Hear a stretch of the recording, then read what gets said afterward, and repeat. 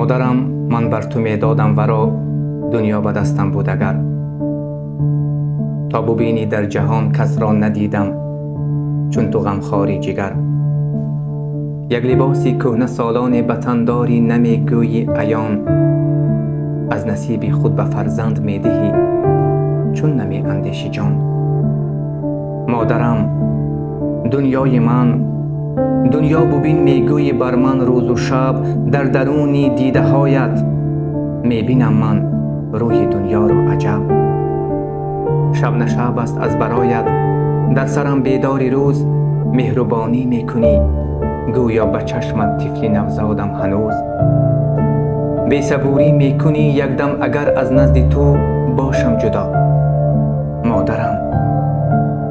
مادرم همچون ملک در نیک و بد پیش منی، شکر خدا.